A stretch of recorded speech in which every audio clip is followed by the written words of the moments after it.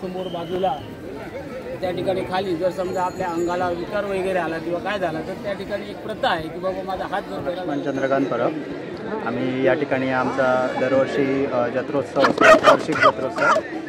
आमची टोटल 5 जत्रा होतात. सातेरीची लोटांगणाची जत्रेपासून सुरुवात होते, ही पौर्णिमेला असते आणि ही शेवटची 5वी जत्रा आमची, ती अमावास्येनंतर 4थ्या दिवशी येते. तिथे कसं असतं, लोक नवस बोलतात, कोणाचा काही ॲक्सिडेंट वगैरे झालेला असेल, हातपाय हे केलेला असेल तर मातीचा हात वगैरे देतात तिथे. आणि सालाबादप्रमाणे सर्वांचे घरगुती हे असतात, नारळ आणि कोंबडा असतो. आणि कोणाचे नवसाचे असतात, जे काय नवस ज्यांचे पूर्ण होतात, नवस बोलतात ते नवसाचे नारळ आणि कोंबडा देतात. दरवर्षी किती कोंबडे साधारणतः नवसाला होते दिले? आताचा काय अंदाज नाही, पण एक 10 वर्षापूर्वी तरी 30-35 हजार कोंबडे येत होते 10 वर्षापूर्वी. म्हणजे आता मला वाटतं 50,000च्या वर असेल अंदाजे. परशुराम परब श्रीदेवी सातेरीचा प्रमुख मानकरी अधिक पुजारी. तर आज या ठिकाणी हा जो कार्यक्रम होतो तो देवदीपावलीला त्या ठिकाणी सातेरी मंदिरामध्ये सर्वप्रथम नारळ ठेवला जातो देवीच्या समोर. त्या ठिकाणी कट कवळास म्हणून एक आमच्या रीतिरिवाजा परंपरेप्रमाणे जो कार्यक्रम असतो त्याची त्या ठिकाणी मांजरी घातली जाते आणि जो नारळ ठेवतो त्याच्या 5व्या दिवशी हा घोडेमुखाचा उत्सव साजरा होतो. आता या ठिकाणी जे मानकरी म्हणून सर्वप्रथम इथे बसलेले होते गावडे मंडळी, त्या ठिकाणी तरंगकाठी आल्यानंतर गावातून आमच्याबरोबर राहणारे गावडे मंडळी ही चांगल्या प्रकारे एकमेकाच्या खेळीमेळीच्या वातावरणामध्ये हा कार्यक्रम चांगला होतो. या ठिकाणी हा देव नवसाला पावणार आहे. आता भाविकही वाढले. सर्वप्रथम घरचा एक कोंबा असतो प्रत्येकाच्या घरचा आणि ज्या ठिकाणी आपली मुली दुसऱ्या कुलाचारात जाते त्याचा एक कोंबा असतो आणि आता भाविक वाढल्यामुळे वर्षानुवर्षे एखाद्याचं काम बाबा किंवा खोलीचा रूमचं माझं काम झालं पाहिजे, हादी जमिनीचं काम झालं पाहिजे, ते झालं तर मी तुला एक नवस देतो. अशा प्रकारे हा नवस दिला जातो. खरं म्हटलं तर हा जो घोडेमुख आहे हा शुद्ध ब्राह्मण आहे.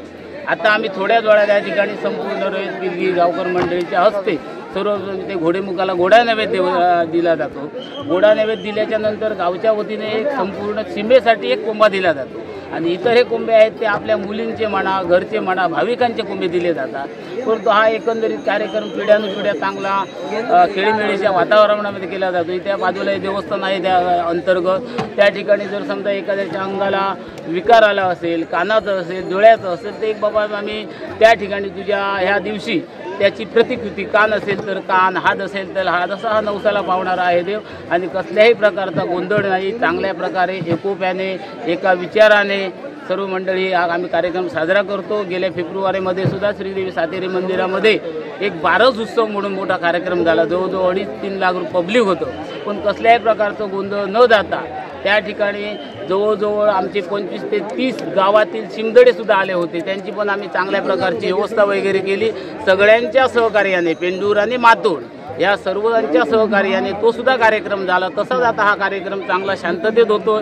कसलीही गडबड नाही, गोंधळ नाही आणि हा नवसाला पावणारा देव असल्यामुळे, देवाची फार ख्याती असल्यामुळे लोक शांततेप्रमाणे तो कार्यक्रम. कोंबड्याची जत्रा म्हणून ही जत्रा प्रसिद्ध आहे. तर आज अंदाजे किती कोंबडे कापले जातात? अंदाजे आता जवळजवळ नाही म्हटलं तर 30 ते 35 हजार कोंबे कापले जातात.